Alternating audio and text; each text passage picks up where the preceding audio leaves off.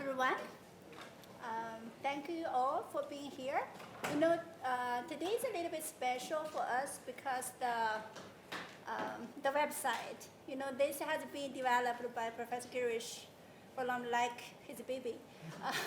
So we think the website is a very important platform for the CICS to connect India and China and also collect policymakers, practitioners, and academia.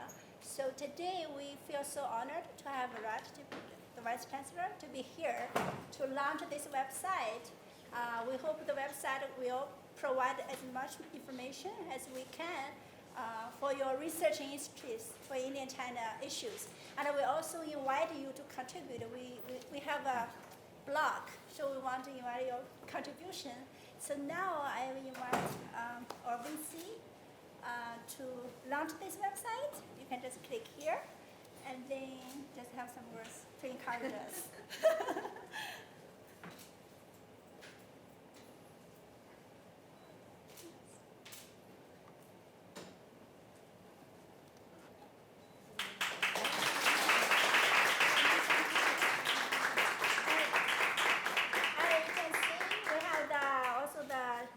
Chinese version.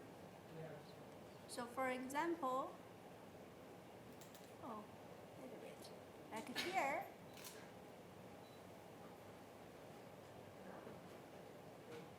So they're a little bit slower, but they're all these Chinese photos and actually we want to thank our Chinese exchange student who's as a volunteer to help us develop all this with beautiful photos to promote the gender, promote also the CICS. This has been widely shared with the Chinese community. So we all have this all the talks. So now, give us some words to encourage us. And we also have the publications.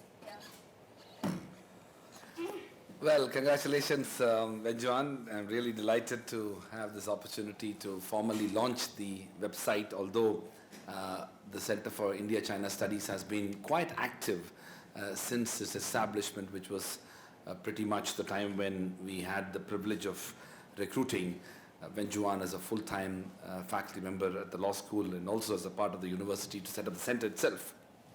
I just want to mention that for all the students in particular, I've always felt terrible about the fact that most of India, particularly at the academic level, have so little understanding, interest, let alone imagination or vision for China. And most of the time, we have very poor understanding of China, largely due to our own sense of information that we have about China. Most of the time, it's very limited. China is a very large country like India, and it's actually as complex, if not more complex than India at multiple levels.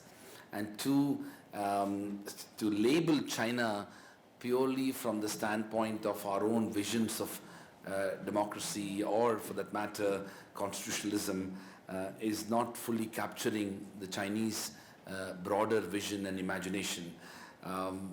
In fact, I got to know this in a much more deeper manner when I was teaching in Hong Kong. I don't know whether you know, but before I moved to India, I was teaching at the City University of Hong Kong for many years.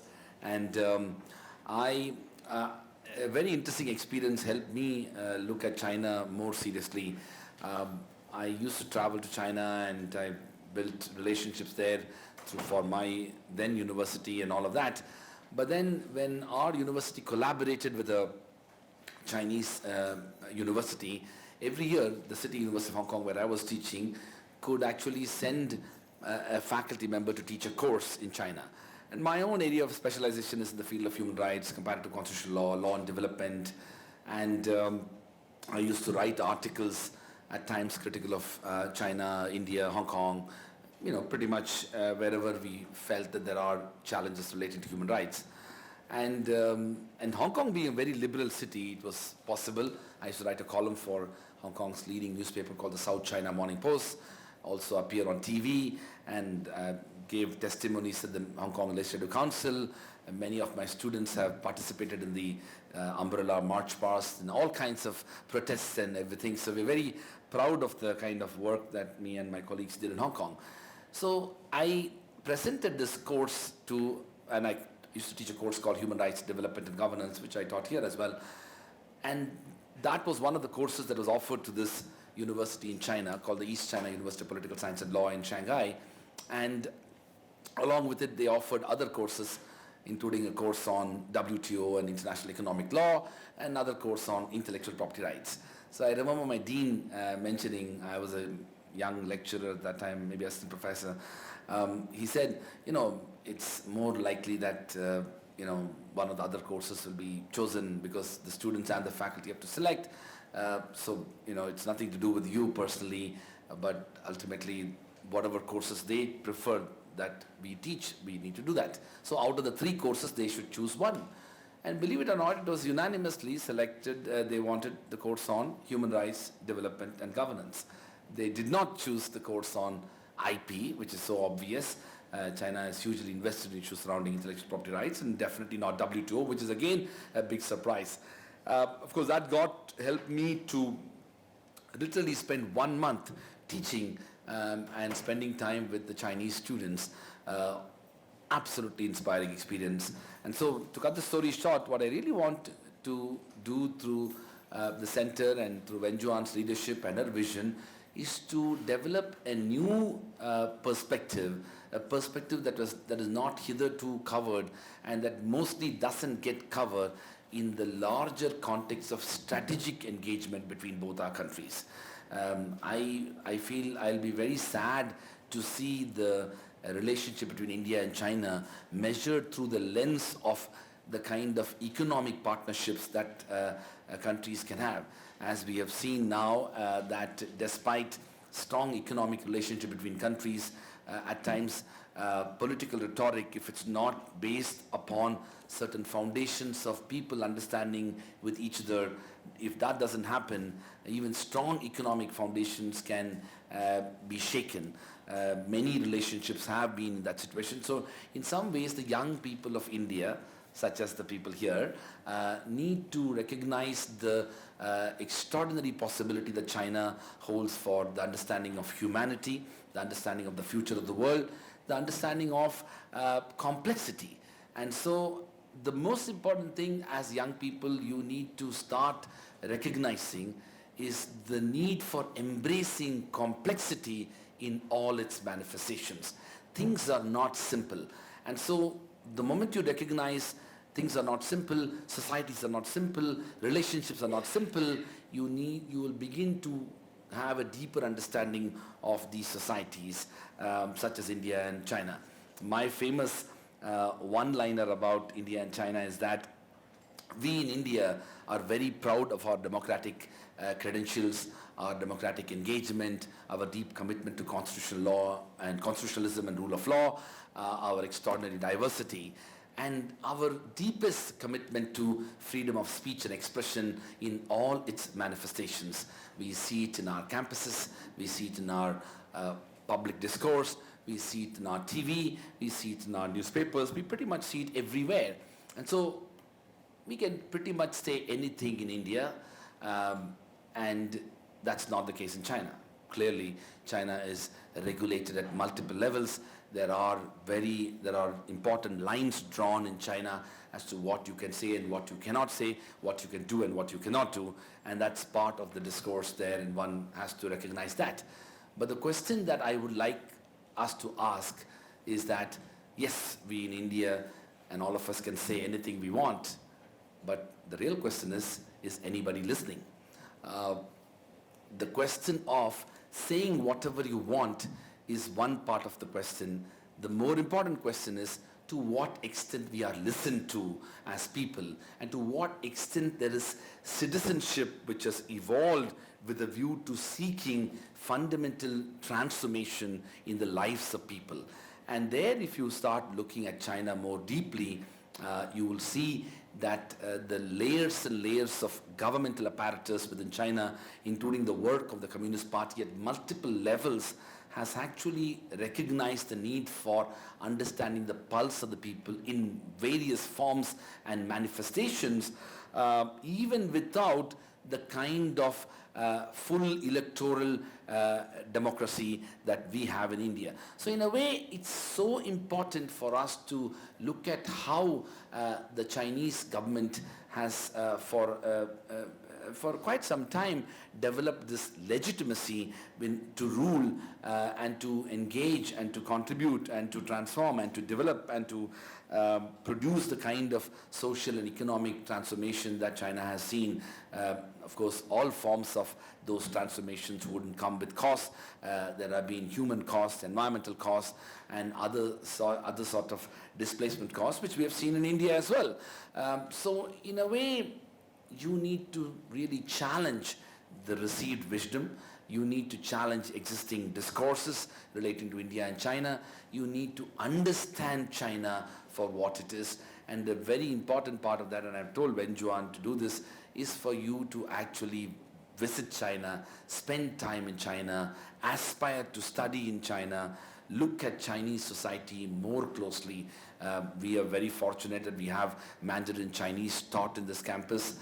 Believe it or not, over 500 students in the last 4 or 5 years have studied Mandarin Chinese, and I know few of them have adopted China as their home. They refused to return. They hesitated to go, but once they went there, they have refused to return. So that's the kind of impressions, and which is very similar to India. There are all kinds of opinions and observations and preconceived notions about India, particularly in the West, but also in other parts of the world. But when people come to India, they get challenged, and then they begin to think and wonder what this is, and then they don't leave. And so there is that element of Indian context and Chinese context, which I hope that the Center for India-China Studies could advance. We have very big plans to develop the center. Already the center has been a hub of activity for conferences and lectures and workshops and seminars. We are discussing about some research projects. We have very extensive collaborative ties with the leading Chinese universities, including with the Renmin University, the Tsinghua University, as well as the East China University of Political Science and Law, and many other universities. We are going to undertake a high-level delegation visit later in April to expand and deepen some of our ties in China. I sincerely hope that every year at least 50 of our students go to China for different things, be it in the form of exchange programs, dual degree programs, summer schools and winter schools, study abroad programs. Hopefully they go for master's degree programs in China. All of that is possible, and I think the vision is right. The time has come, and for the Chinese, it's very important for you to recognize that India is an extraordinary country in terms of its ability to embrace diversity of all forms. I always say this to my friends from overseas, that I come from the southernmost tip of India called Kanyakumari, and my wife and I, she doesn't speak my language. I know a little bit of Hindi. So in a way, and we are all from one country, so the diversity of India is just unimaginable and so in fact my Chinese friends always ask me a question about the fact that, how do you deal with this kind of diversity? How do we ensure some degree of peace and tranquility and order and stability of some kind? Because this is just not, theoretically it's so difficult to make it happen. And that's the kind of, learnings that we need to do. And when we look at the more demographic question, it's very important to recognize for the Chinese in particular that 850 million people in India are less than 35 years of age. Wen Juan is not less than 35. I am not less than 35. Vaseline is not less than 35. Upasana is not less than 35. But all of you are. The students of JGU are all less than 35. And the students who they will engage in China are less than 35 too. So in some ways, the young people of India are going to shape the future of India and the future of the world.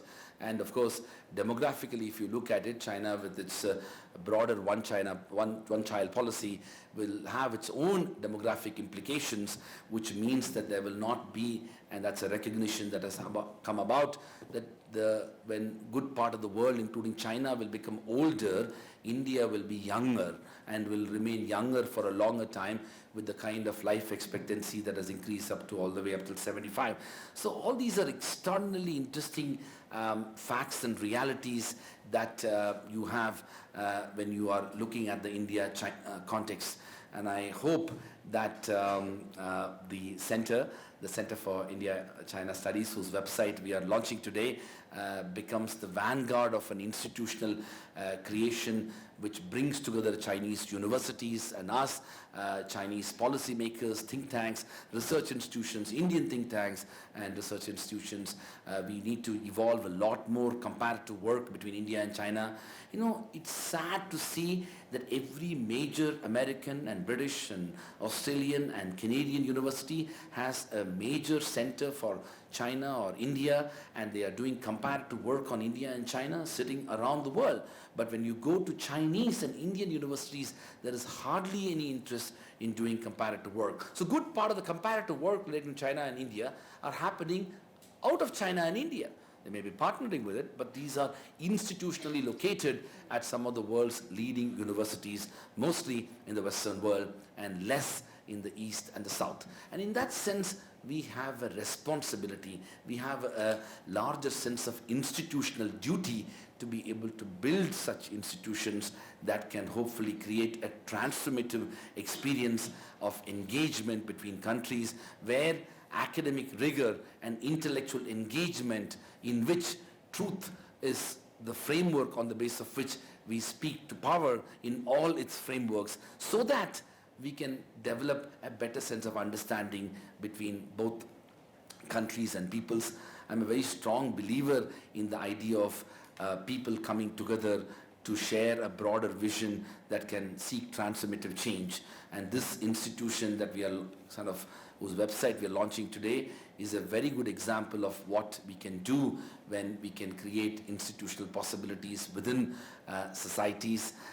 We're very fortunate that we have recruited probably India's first Chinese faculty member on a full-time basis at any Indian university, and that's quite extraordinary because, as you know, most Indian public universities are prohibited under law to recruit non-Indian nationals, and most Indian other institutions would not have the vision and the imagination to do so, and we had both, and we were fortunate to have somebody like Wenjuan, who's passionately committed to this relationship, who has come from a very good experience of working in public interest issues in China and having trained in both China and in the United States. She has moved here with her family to pursue the larger cause of building this institution and indeed building this relationship. I know that Wenjuan said that I should speak for a few minutes, but I know I've taken more time, but I'm too passionate about China and India, so I couldn't help it. But once again, I extend a warm welcome to our distinguished speaker, Dr. Govind Kelkar, for accepting our invitation to be here and to deliver this talk between protest and policy, women claiming their rights to land in rural India and China. There are so many areas where we can learn a lot from China. The situation of, for example, it's just extraordinary when it comes to the situation of women. Chinese broader political discourse and intellectual discourse is far more progressive and has a far greater space for women than in India. The violence against women that happen in India is a significant blot in the context of India, but China does much better than India in all of that front. So there's so much of learnings. And lastly, I will say that JGU for our Chinese friends here ought to be very special because of number of reasons. Tell me where in the world you will have a situation like this. We have a Center for India-China Studies where we want to engage deeply with Chinese universities. We have a Chinese full-time faculty member recruited here. And then what we do, we have a very strong relationship with Taiwan. We set up our China Center. Our Taiwan Education Center is a language center set up by the collaboration of the Ministry of Education and the Ministry of Foreign Affairs, Government of India, and with the National Tsinghua University in Taipei. We do that, and we have a very close relationship there. And as if that's not enough, we bring the Tibetans over. We have been training the Tibetans. Believe it or not, we have trained over 150 senior civil servants of the government of Tibet. The The administration of the Tibetan government. The Prime Minister is a very dear friend of mine, both my classmate in Delhi and at Harvard. And so we've invited him, and he has delivered a talk. We are going to in a couple of months, His Holiness Dalai Lama has accepted my invitation, and he's going to be on campus. So in a way, the intellectual diversity of this space is just extraordinary. Just breathe it. Only in a university it's possible, and I would like to believe only in JGU it's possible. Thank you.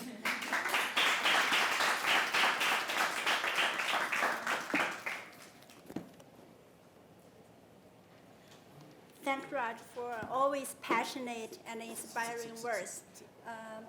But before you leave, you only mentioned my name. Actually, the center can't have this development without, if it's not possible without the support of Girish and also Sasha. You know, this website, all these events organized by Sasha, and also this website, this is the problem. You know, they don't pay extra, it's volunteer based, and they have a strong passion. I feel very lucky. And also this website, from Girish. And also we have the affiliated research fellows with their strong support, like Professor Dipanshu here, and also we have Suruchi. We have more than 10 affiliated research fellows. So I think now the center is much more prosperous, and also with your strong leadership support. So now we move to the session. I know you have a busy schedule, so we just... a few moments. So I'll give the floor to Pasana.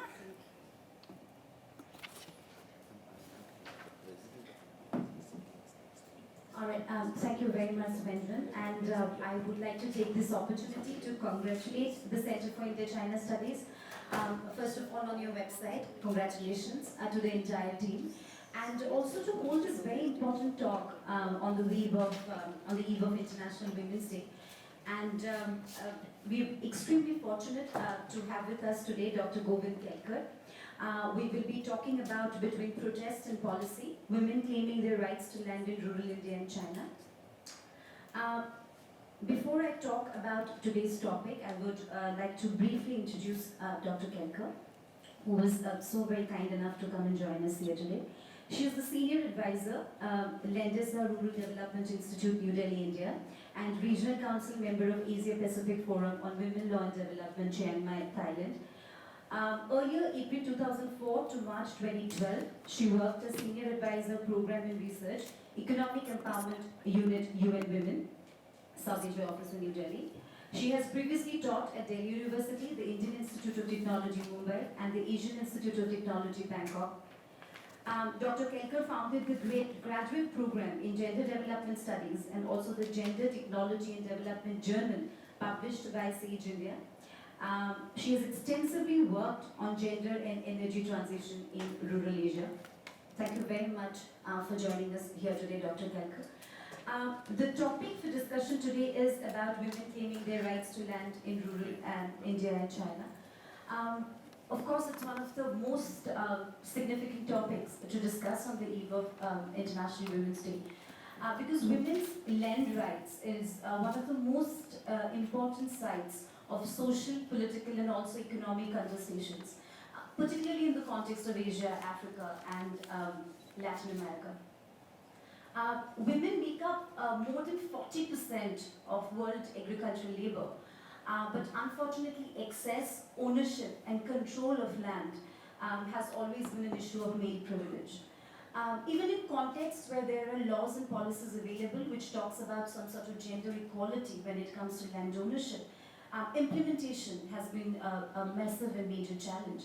So in that context, I think it's very, very important. And the theme for this year's International Women's Day is Be Bold for Change, which talks about radical action for bringing in gender equality. And I think it's very appropriate that we discuss the question of women's land rights today.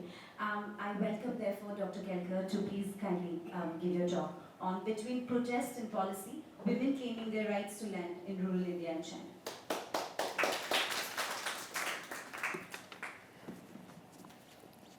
Thank you very much for a very generous introduction, Dr. Upasana, Professor Upasana.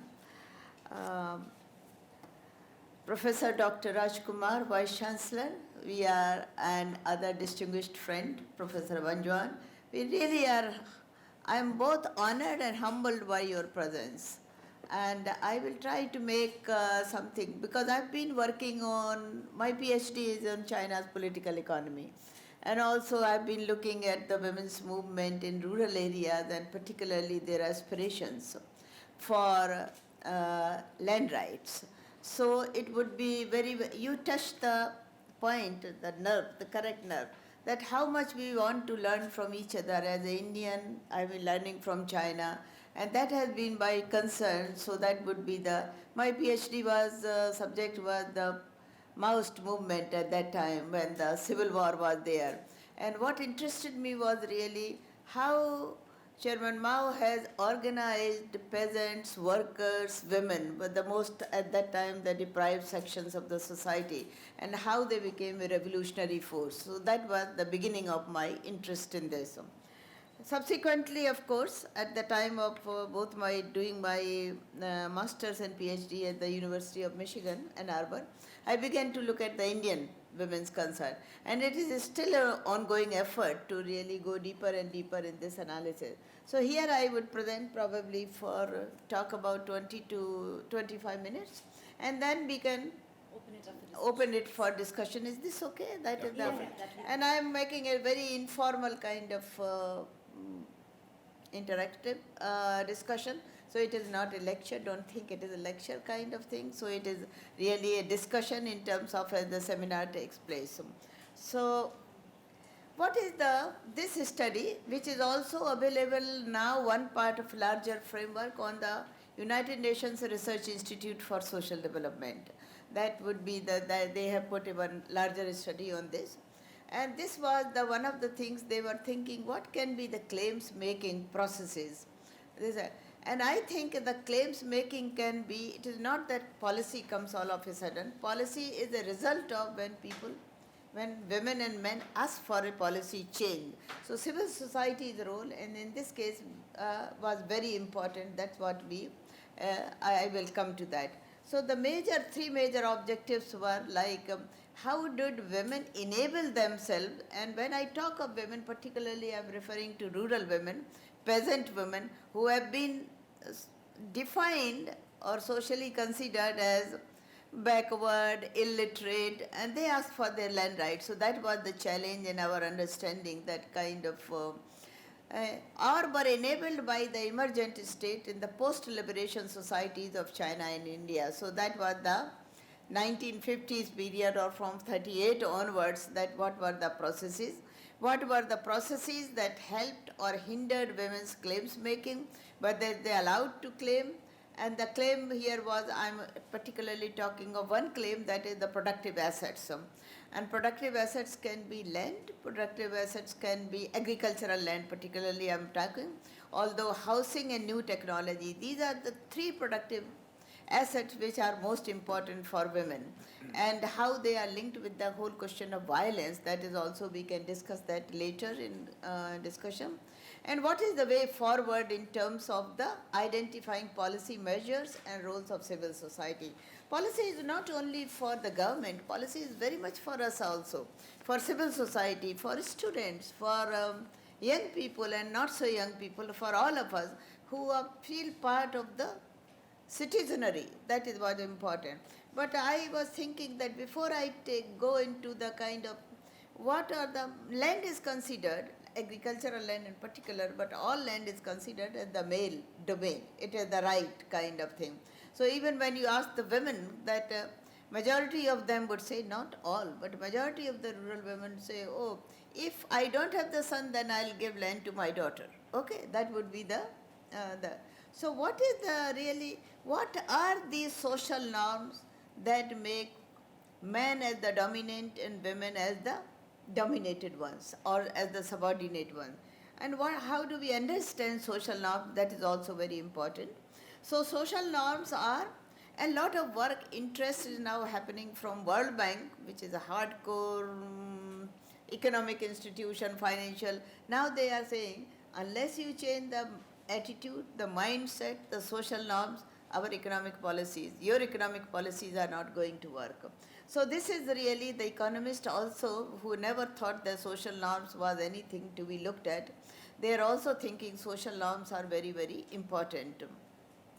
So what are social norms? Social norms are the values, beliefs, attitudes that result in shaping practices, behaviors, symbols, institutions governing social, economic and decision making. I do a lot of work on energy also. When it comes to question of changing the bulb, the woman will say, okay, call that person, so and so, that he can change the bulb, as if she cannot change the bulb. So social norms also affect women and men as much as they affect men, they affect women also. Then social norms affect both formal and informal institutions. That is also we need to recognize. For institutions here I do not mean organizations. Institutions here I mean really that institutions are the socially determined rules. So when the policy is made for poverty reduction, we hear who is the head of the household. Okay, that is how the analysis is made. But the right to vote is individual. So if they want, then the individual rights can be recognized. But in economic right, you go as the poverty reduction, the household unit becomes versatile, which is what being contested now. So what happens social norm? If you transgress these boundaries, then there are penalties. So that is also one of the things that determine. You are outcast, you are laughed at, you are kind of not accepted in your community, so many things happen. But you are rewarded also for being social, accepting social norms. So social norm can punish you both in the formal and informal ways. That would be the very important to say at the outset. Second thing I wanted to say outset, which I am going to address in brief, why the policies are made. If social norms are like that, if land is considered the male domain, why do we have, in India, why do we have the Hindu Succession Amendment Act, please? And why in China we have a series of laws from 1950 onwards when the land was given to, in fact, women. What when they began to talk, the state began to talk, or the Communist Party at that time began to talk about the liberation of women, then there were only two things they thought about. So there is a capsule definition of the women's liberation. One was self-arranged marriages, what we call as love marriages. So no parental interference, authority structure, right, you break at the household level. So it is very important for young people. Second was important thing, land rights to both women and men, equally, both daughter and son. So this was the law that was framed even before China was liberated on women's demand, and that was legislated. So these two laws are very, very important, and we are struggling in India. So when we do the comparative study, we really don't want that that two things have to similar. That is not the purpose. Purpose is whether they have addressed the problems and what were the different approaches the way they addressed the problem. So largely in India, but also in China, you find that there have been two contradictory trends. One is the enactment of a series of progressive laws according to women's joint and sole titles to land and inheritance rights. China started in 1950s or 48. India demanded and also women were promised that they would be given land rights. So the demand for land rights is not now in 2016. It was in 1938 that when the women were part of the struggle for the liberation against the colonial rule. So this is one thing, that this is the one contradiction. Progressive laws have been passed. So what is the progressive law in India? You would know that in 2005, a girl can inherit land, house, whatever the property, as much as the son or her brother would inherit. So but how many girls inherit? That would be we can't even talk in terms of percentage, not even 1%. What is the second contradiction is, and patriarchal resistance embedded in social cultural norms and in policy implementing agencies, and they become the impeding factor. So cultural norms I define patriarchal resistance, because of that, these policies are not implemented. There are many policy loopholes. In fact, it is very important that if you see no one is left behind, which is the Sustainable Development Goals. The report had come just in 2016, about 2 weeks ago, or not even 2 weeks. 1 week ago, the report was launched. This is UN High-Level Commission meeting, and they found 947 laws which are discriminatory against women in 170 countries. So the a lot of you are interested in law and social change. What you have to also, one question need to be addressed, that all these laws are not so-called gender just or non-discriminatory, or they are very much discrimination. Besides gender just, also very much inequality, promoting inequality. India and China has made tremendous progress in terms of the economic progress over you are familiar with this, and I have the data in a paper also, so I can take that later. But what you find, inequality is also very high in both these countries, very high inequalities in these two countries. So a demand for the recognition of women's right to land is likely to question patriarchal social norms at two levels. One level is property ownership by women, which is not accepted kind of thing. And second is the ideological system of the traditional Hindu and Han family, which maintains the women's dependence on men. If you read Manu and if you read Confucius, seems like they were brothers and they were consulting each other or the friends, that how to really, women, they have the three system of obediences. They have, the women cannot be really, they do not have free thinking, they cannot, as a daughter, she has to listen to father. As a daughter, as a mother, she has to, as a wife, she has to listen to husband, and as when the husband dies, she has to listen to the son, or whether son is even a minor son, that is also. Confucius says the same thing, and Manu says the same thing. So, patriarchy, when it is maintained, or social norms are maintained, they maintain through really tremendous kind of rituals, these practices, and how many of you are familiar in the Bhaiya Dooj, okay, when you tie that brother will protect you, Karwa Chauth, another funny thing, that is the kind of, so on and so forth. One can name a number of things. And so this is how the patriarchy is maintained, kind of thing. It is Ottij in different parts in different countries. China one has to study. I have not studied the festivals, one Banjuan, we can do that, how social norms can change. This is the data that I already told you, that what is the rate of poverty in the two countries, low in gender gap indicators, 0.65 for India, 0.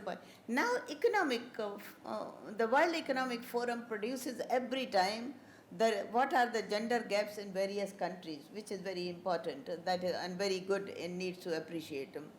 So the women are the most unequal even within the inequality in society. Nevertheless, women's struggle since the pre-liberation years in both countries have been very, very highly impressive.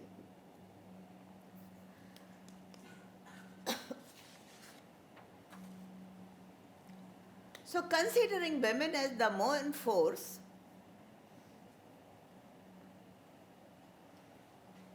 and land reform policy and land reform period, that is the liberation period in China, that was they had the land struggle, and 70 to 80% women were there. This was part of my PhD thesis. The Central Committee of Revolutionary China in 1948 decided to legislate that women and men had an equal right to land, but this has been, they did not legislate limited implementation, please don't read like this, but they have been not implemented well. And after that, the series of laws have been passed. So the first thing that was passed in terms of 1998, legal administration, which is not there, got missed. And that time they said that both parties have the equal right to land. That would be them.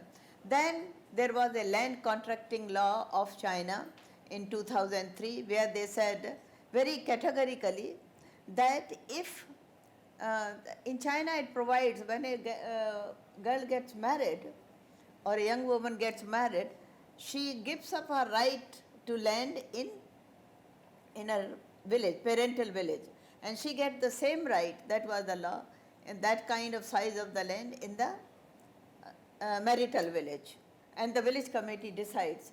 But village committee, it has been given in very few cases. There have been cases when they have been given. So these laws, when have been violated, the state has tried to put these kind of repeatedly.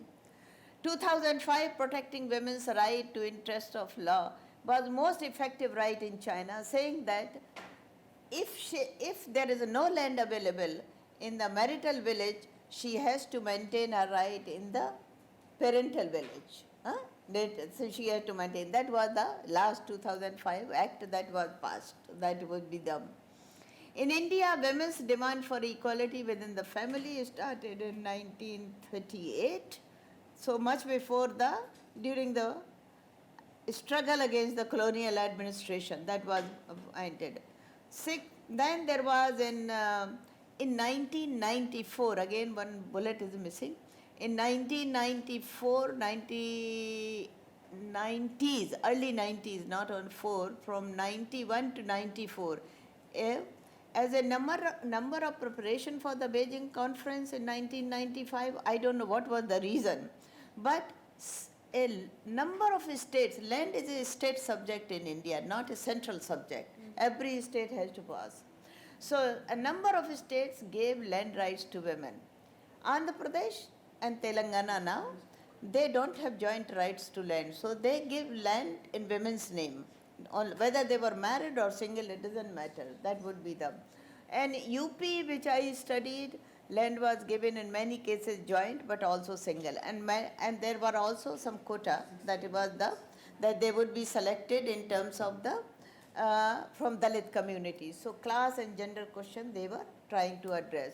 Then in 80s, 86, 85, 86, 5-year plan for joint titles to land. For the first time, Women in Development Plan was introduced, and the joint titles to land, husband and wife would have the joint property that was introduced. Followed by a revolutionary act, Hindu Succession Amendment Act, where the Hindu law was changed.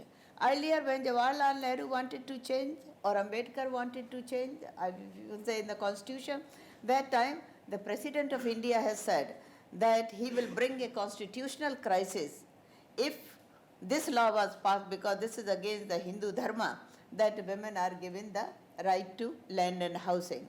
So you can see how ingrained these norms can be in a so-called secular country. We are sitting in a secular country. Not so secular anymore, but nevertheless, I won't talk of that. 12th 5-year plan for individual titles and women's name. Okay, 12th 5-year plan, 11th 5-year plan, and followed when the feminist economist group was set up. 12th 5-year plan, when was the individual titles to women's land was for economic empowerment was recognized. Now in 2013, draft national land reform policy was there, and they have said, I was also part of the planning commission in terms of consultation, and I was very happy that this was recognized, that the recommendation that joint titles don't work.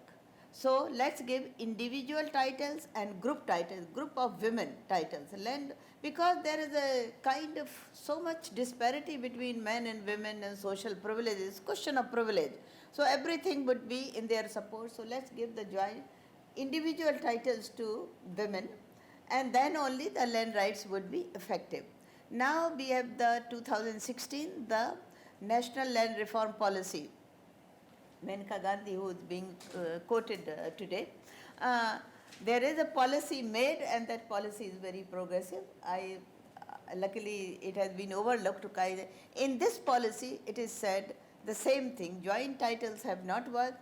So, but they can be given either joint titles or single titles, individual titles to women in order for the economic empowerment. This policy is good.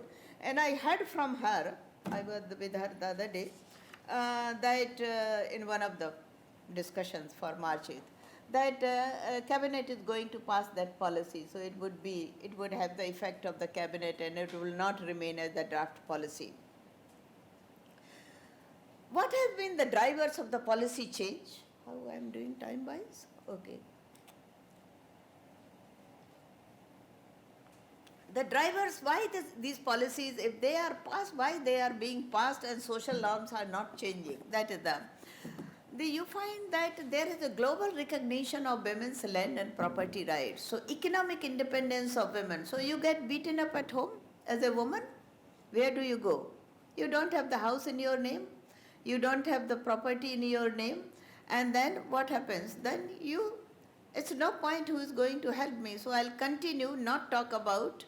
I will only say sometimes, now women don't say anymore, but earlier they said, oh, he's my husband, he beats me, not a stranger.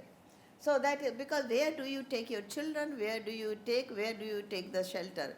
The parental family don't also accept.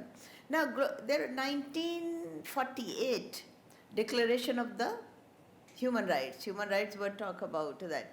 They have actually, that time it was talked that individual rights to property, individual rights, so that would be after that there was CEDAW.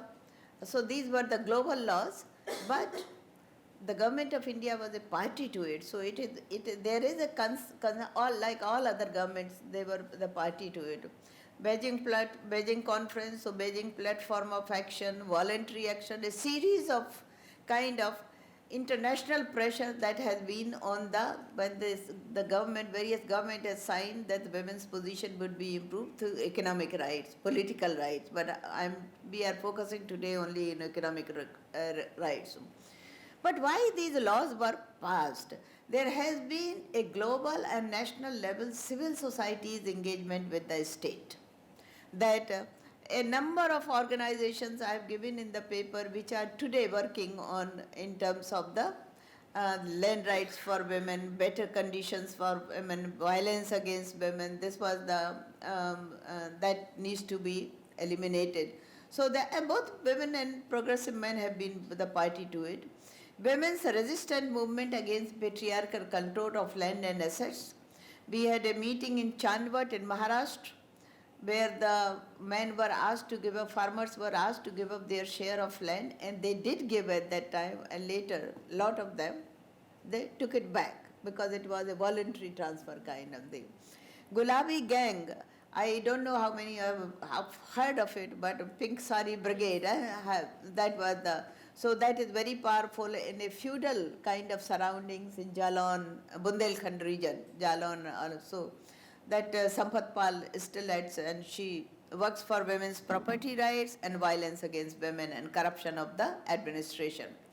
There is a RO campaign also, which is in 71 districts of Uttar Pradesh, which is Uttar Pradesh I am taking, it is one of the states, not because elections are happening, it is one of the state where the feudal relations are there, and I studied that state, so that would be. What about China? China, 3 organizations that I have come to know, and Wanjuan and other young friends would correct me. Women's Watch in China has been very active. China Women's News have been very active, and All China Women's Federation also has been very active in terms of, and they had a very wide presence in the countryside.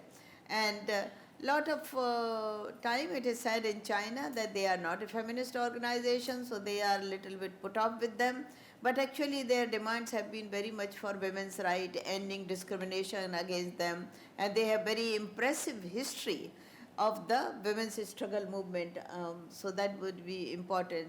So this is one of the driver of the policy change, and if you look at the women's individual and collective voices from the field, and you look at China and look at in 1950s, when the land law was passed, what were the peasant songs? I got some peasant songs in Jefang Rebao at that time.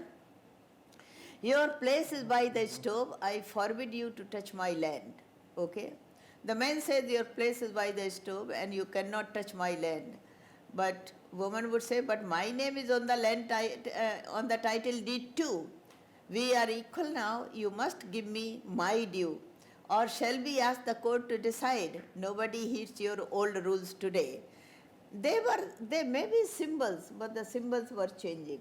Incidentally, I forgot to say, when the land law was passed in China and women asked for the land, 2 things happened, which were very, very cruel.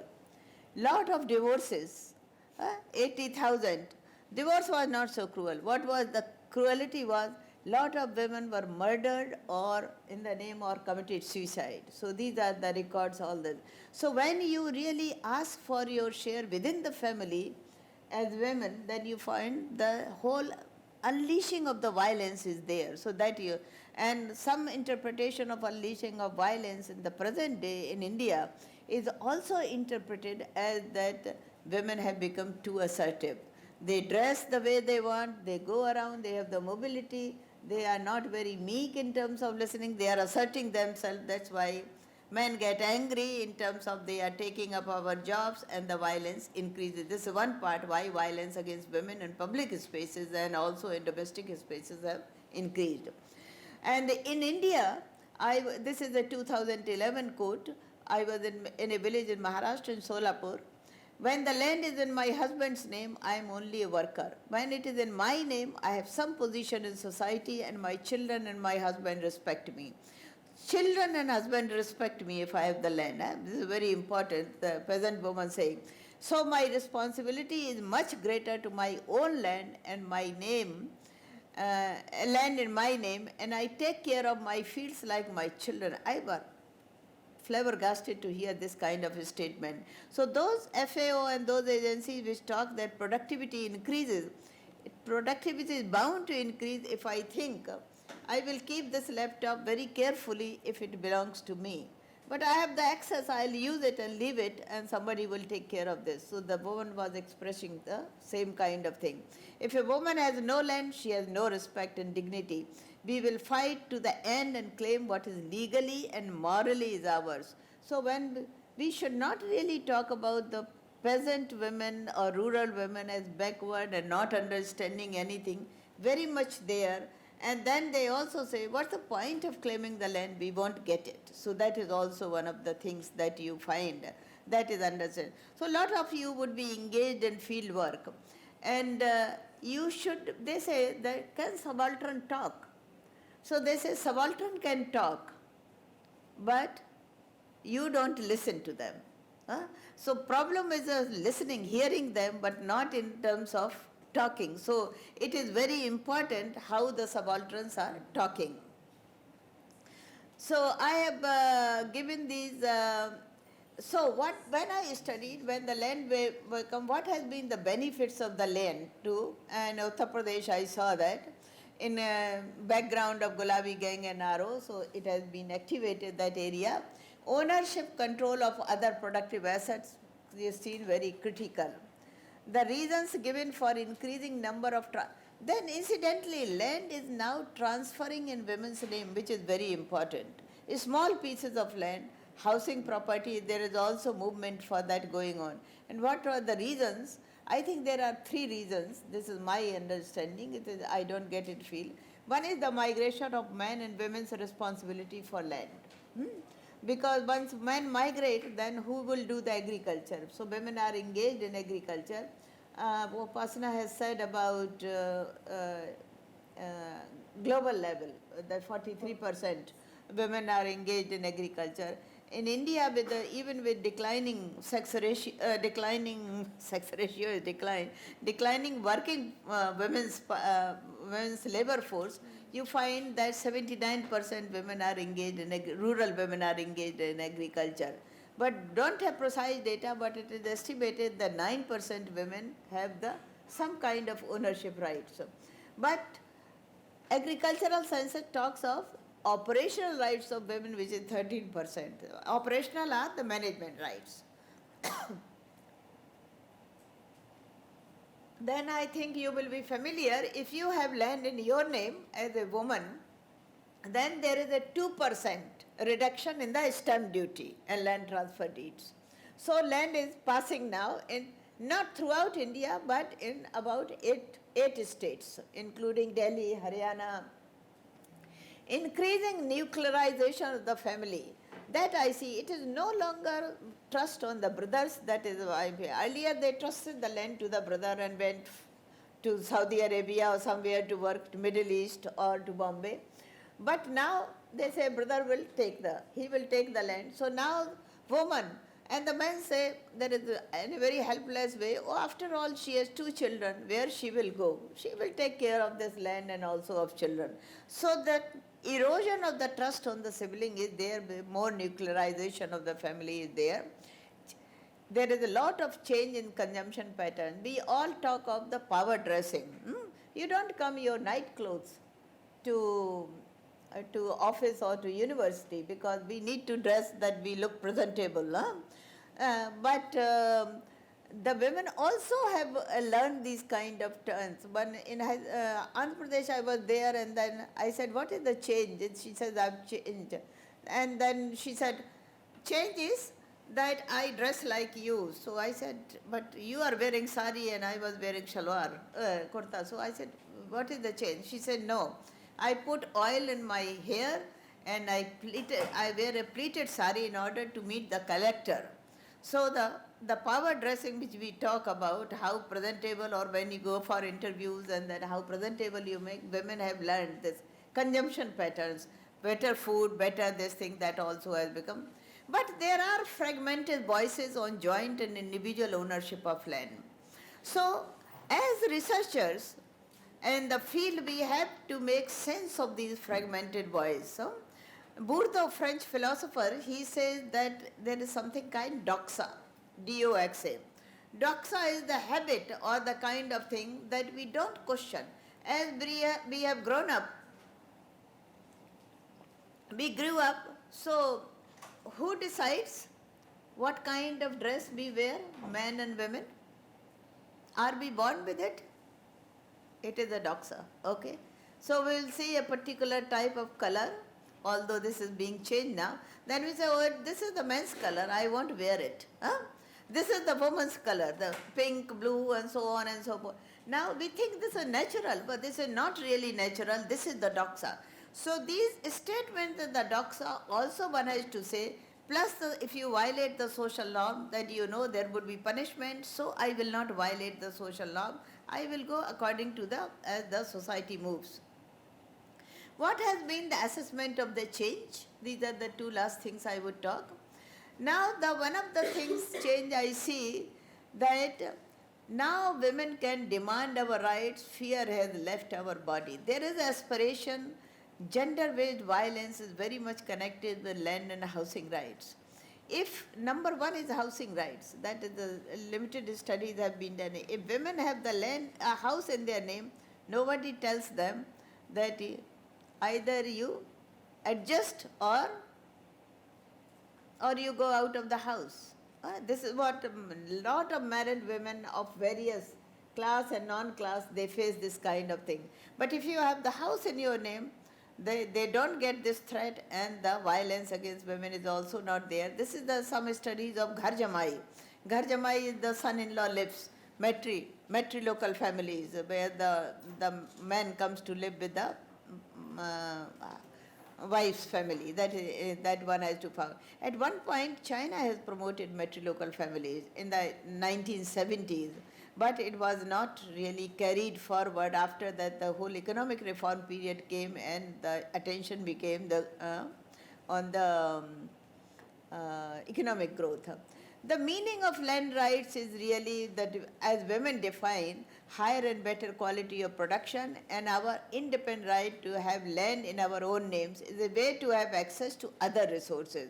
So 2 things land rights give them. One is the agency of women. Capacity. Agency is capacity to think and capacity to act on those thoughts.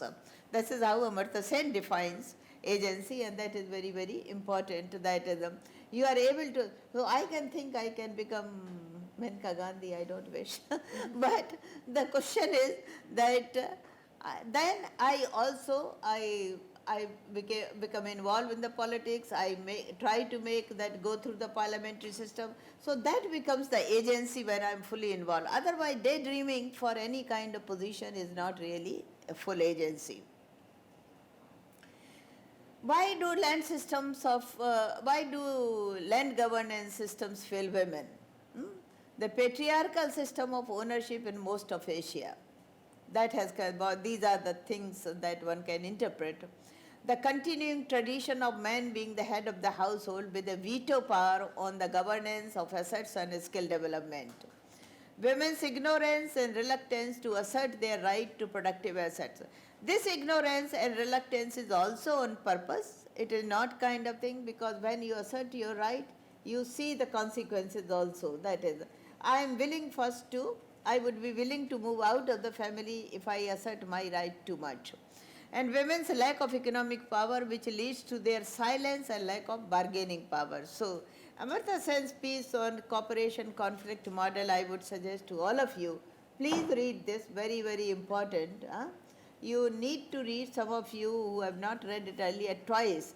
And it shows the nature of the family. That family, it is nurturing and conflicting institution. It is neither conflict-ridden, neither nurturing institution. It has both.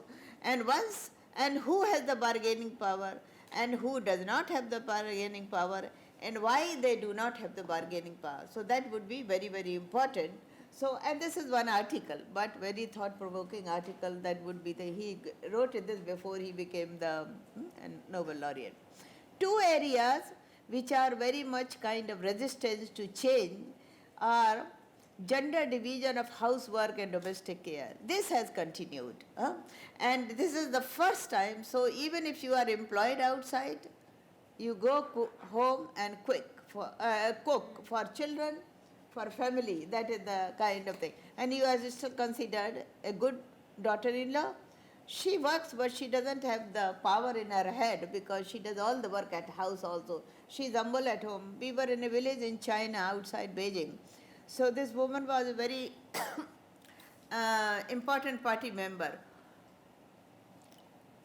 So my husband asked her, how do you manage your a lot of work outside and being the party member at home?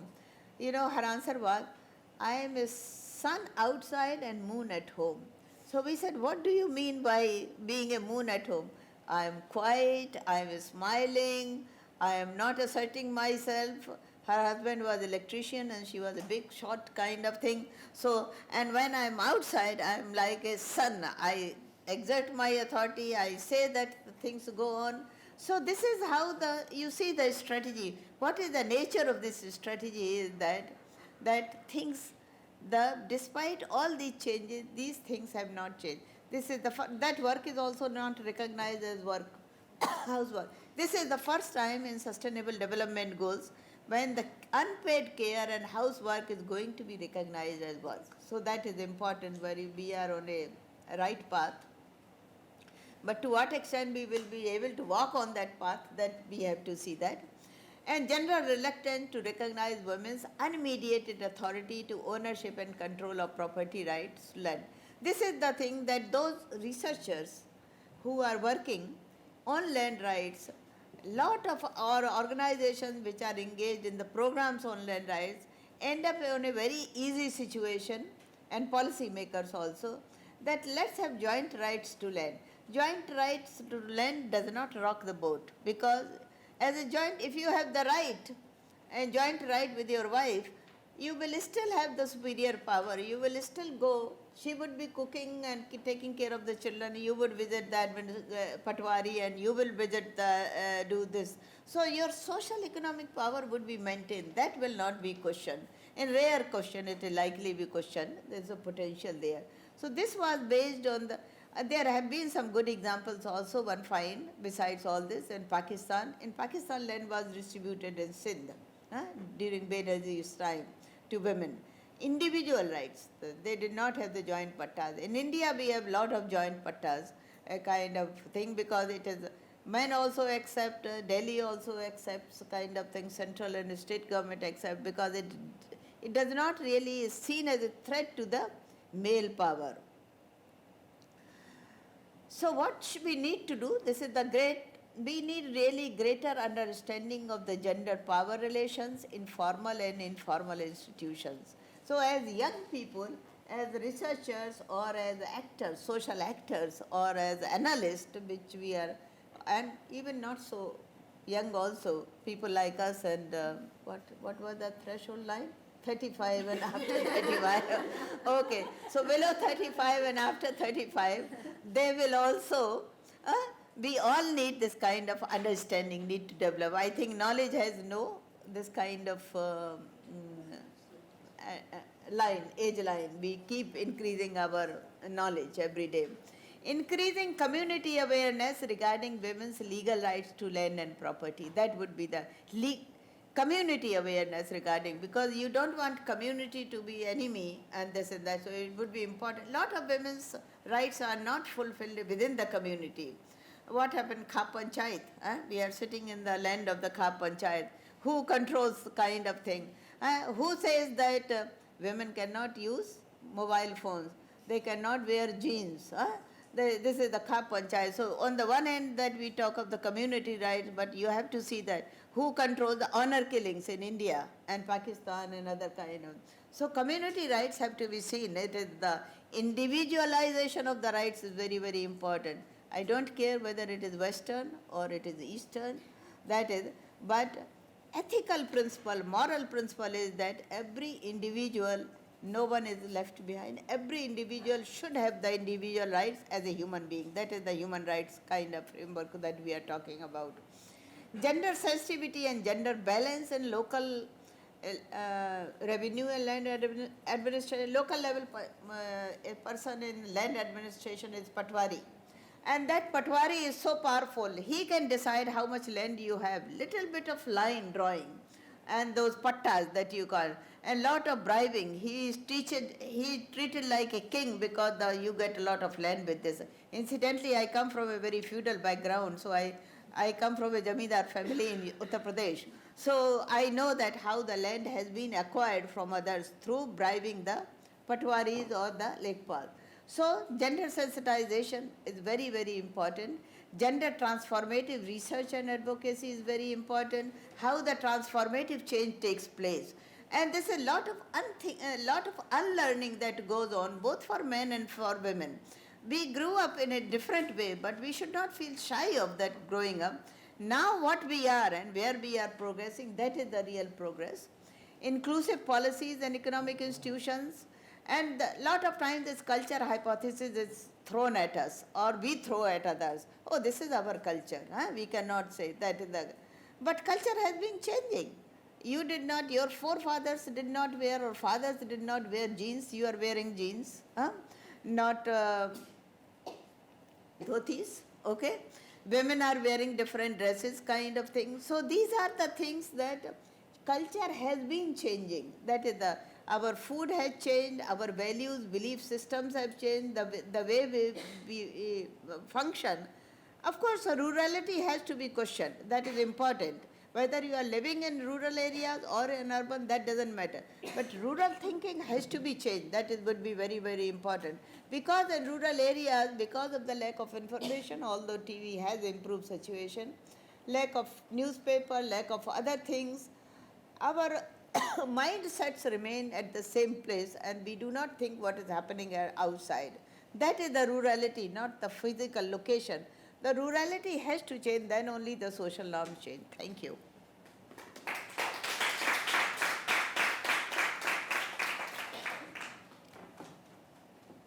Thank you so much, Dr. Kelkar. I think that was a fascinating presentation, and I'm sure there are a number of questions.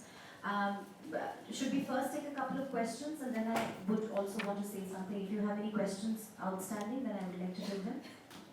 You can raise your hands, we can take a couple of questions together. Or can I? Anyone? Yes, please. Thank you so much.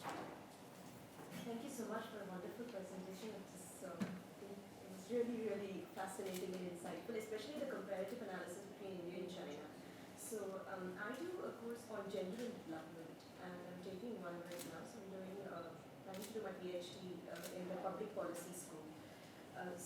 My question to you is, when you compare India and China, for example, people like Veena Agarwal in India, in a field of one's own, that book has written that there have been alternatives suggested for women, empowering women in terms of employment, in terms of work, in terms of mobility through jobs, migration, etc. But the correlation between land and women, empowering women is not fully understood. What is the situation in China and in the rest of Asia as you see it? Has it been completely mapped in terms of the correlation between land rights and women's rights? Should I address We can this take or a a couple couple of together, questions? perhaps, One if more you have or more what? questions? Perhaps you could address that and Okay. then if there could be more. Now, correlation between land and empowerment. It has been done at global level and it has been done also at regional level. And Bangladesh it has been done, in Nepal it has been done, even in India. That is the kind of thing that you have, you see, that policies, that's why the legal changes. That without land rights, rural women, those who are living on land, cannot be empowered. That is definitely accepted. But practice is very, very different story in all the region, in all the countries. Pakistan, India, South Asia we can talk about, this would be important. In China it is a lot more advanced than in South Asia, because China in 1950s, this was the thinking that without giving productive factors of production, without giving rights to factors of production, you cannot liberate individuals. And now they have the head of the household concept, but that time they did not have the head of the household concept. So land in terms of its correlation with empowerment, with liberation, with the was much better understood in China. And even today it is much better understood in China than the rest of South Asia. We are going in circles, kind of, let them income generating activity, let them be involved in the participation in production, without really thinking that then they are just the instrument of reducing poverty. Poverty reduction is important, but capability is also important. Inequality is also, equality is also important. So land gives them capability and equality besides reducing poverty. That kind of analysis needs to be done a lot more. It is not complete, but it needs to be done a lot more. That is what I think that is. Yes. Ma'am, adding on to the question, so I feel that, to get, I'm sorry, I'm forgetting the word, when you're trying to acquire land, when you're fighting for your land rights, it involves too many hurdles for the woman, and it might take more than her lifetime to be finally empowered. She might probably be 60 by the time finally some change comes where she finally gets hold of a land. I'm wondering, wouldn't it be a better alternative if we train them in skills which are, for instance, other sort of fields, instead of holding on to something so tangible, like for instance, instead of land, perhaps skill sets, which can be used elsewhere, which they can constantly shift, which allows for mobility. That way you are getting empowered, at the same time you're not stuck back because of the land. Both are important. Okay, that is not. You cannot say that because as a educated, even a PhD woman, you are employed in good jobs. You are banking, doing work in banks, and at that time but you change into a patrilocal family. You live with your husband's home or in-laws and all this, or even if you're not in-laws, you live only in nuclear family. Your power relations are little bit changed, not much. You continue to the same kind of work. You ask him the decision making for the lot of major decision making. It would be rare kind of thing. If he is a gender sensitive man, then that is a different story. You would give up your shares of the kind of thing, and suppose the conflicting situation comes, conflict comes, either one party dies or then the others become, they want to grab your resources, or there is a divorce. That also a conflict situation, or the potential divorce. So that time you see what happens there. So as civil status of women or men should not come in extension of the rights. Civil status means whether you are married or not married. Okay. So we divide women as single women, we divide as widowed women, abandoned women. But we don't have these categories for men. When we do the human development and economic planning for individuals, men, We don't divide them in these categories. Marriage is very much important for men also as for women. Huh? Sometimes it is more because it gives you a lot more comfort than it gives to women. Is it correct or not? I don't know how many of you. Yes, no, your answer is fine.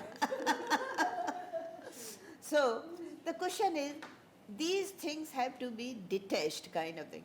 But if you have land, if you don't have capabilities and skills to manage it, others would grab your land. So skill development is also very, very important. So when the problem is complex, you have to have the multi-pronged way of solving the problem also. You need to develop skills, you need to develop capabilities. So it should not be either or. That is what my concern would be. Thank you. If I may just add to it before we take this question, because you mentioned Amartya Sen, Yeah. and that's exactly what Amartya Sen argues when he's talking about the capability approach. Yeah. That how can you take a resource and convert it into a capability? So, for example, if you have, of course, income generating programs and other things are extremely important, along with a struggle for land rights. But we're talking about, as Dr. Kelkar argued, we're talking Govind. about gender transformative policies. So it is not only about developing skills, it's also about empowering through rights. And otherwise what happens is, she mentioned the sun and the moon divide, which is essentially nothing but a public-private divide. So which demands an elasticity of women's time. So it is not about the amount of work you could do, it's about the work that you will do outside and come back and do all the work that you're expected to do within the household. So it demands an elasticity of women's time. So until and unless you could strike at the very foundation of these social norms, and one way of this through fighting for legal rights, I think you cannot think about long-term solutions to the issues of gender equality. Yes. Ma'am, since like the pass of enactment of laws, land ceiling, and then the land being divided into continuously, and nowadays very less of land holding is there with the people. So what do you think the scope of women getting the land is there left, since like land holdings initially with the people is very less, and the government requiring more and more land? What do you think, like how would the situation improve? And also that our parliamentarians themselves are not ready to give 23% reservation to women. So what do you think, how in the rural India our people would be so educated to give the land to the women? No, the question is, that's why it's a very challenging thing, otherwise we won't be talking about it. You are right. Okay, why parliamentarians are threatened with only with 33% women, not even 50% women, which are in the population. You look at the kind of thing, because they don't want really the being questioned by this kind of thing. They want to see women only in the household, but at the same time the same parliamentarians cannot live without marrying, without living in kind. So it is not that they detest women, it is the women's empowerment they detest, women's role. Empowered women they don't like. They want to see serving hot food and doing this and that kind Not of thing. changing bulbs. Not changing bulbs. So that would be the question is that land division, it's not division of the land one is talking about or extra land one is talking about. When the two brothers are there, we don't come up with this argument that the other brother cannot inherit, right? That is the kind of, the resources have to be divided. The question, 79% women are working on agriculture. If she is working on agriculture, give her the right to land. That is she has the right to land. We believe in that if I am using something continuously, it belongs to me. Okay, that is the factors of production. Ownership, private I am talking, not collective. So then there should not be two classes of people in the same household, living in a loving relationship, sleeping together. That one is that really is a worker category, as that woman said, "Na, I am a worker." And he is the kind of Malik, and all these cultural Norms. not cultural norms, but the titles, Swami, for husband, Malik. What does this mean, that kind of thing? So there are a lot of things that we need to really learn, kind of thing. That would be so that is, and there is a tremendous role of men that is a kind of that is involved both in reduction of making egalitarian change in social norms, because it's a question of privilege, nothing else. You are not born with anything. As a man, we are not born with anything. It's a question of sheer privilege. And that, what I am trying to say, that privilege is not only exercised outside, that privilege is very much exercised within home and outside also. So even when you are working in the organization, so a lot of tea making will be done by women, serving will be done by your women colleagues who are kind of, would be. And it affects work. Who pays for the kids? The books have been written. In terms of, if you are taking the 2 years or 3 years of maternity leave and you advance as a man, you advance your career, who suffers in that process? She can either give up her job because in 3 years child is not really ready to be, that's why the whole demand for creches are coming. And the question is that society is responsible, but at individual, society is also made of individuals, progressive individuals, we are also responsible. And this is, I am not talking of utopia, it is happening in Scandinavian countries, it is happening in Canada, so why it can't happen with us? We want to make our system stronger, not believe in the caste system within the home. Outside we are fighting against the caste system. This is caste and class system both, I think that would be the question. Yes. My question is that you said land liberation and women rights are provided in China are much more developed as compared to India. Like, though India started giving land to women, or they started liberating in 1930, like 1938. So why there is so much of gap? What is the lag? And seeing like the political systems these two countries have, the authoritarian and democratic, so why there is lag between these two countries? Very important question. The question is that I said in 1938 when they appointed a subcommittee of women's planning, that time women wanted land and property rights. It was not given. They said after India becomes independent, they would give the land, okay, to women. But when it was given? In 1980, it was recognized that in the 6th five-year plan, 80 to 85 or 85 to 90, that time it was given minutely. In China, it was given in 1950. There was a lot of violence unleashed, that is what we are talking, so it became like gender war, but at the same time, the land was given to women, and the thinking was on a different platform, that it is essential part of the land rights, is essential part of the individual liberation, whether men or women, because the land rights were being fought for peasants, peasants. But there were 70 to 80% of the women were there in this land struggle also. So that's why that they were also. In Bodh Gaya movement also, women have demanded, I should have given that quote also, कि we fight the zamindar, gundas, and we plow the hull along with you, but land is distributed, where do we go? Then you pick up one disabled girl whose hand was cut in Bodh Gaya, whose hand, arm was gone and one of the bomb exploded, country-made bomb exploded. So she was given land rights. Less than 10% women got land in Bodh Gaya movement. That would be in Bihar.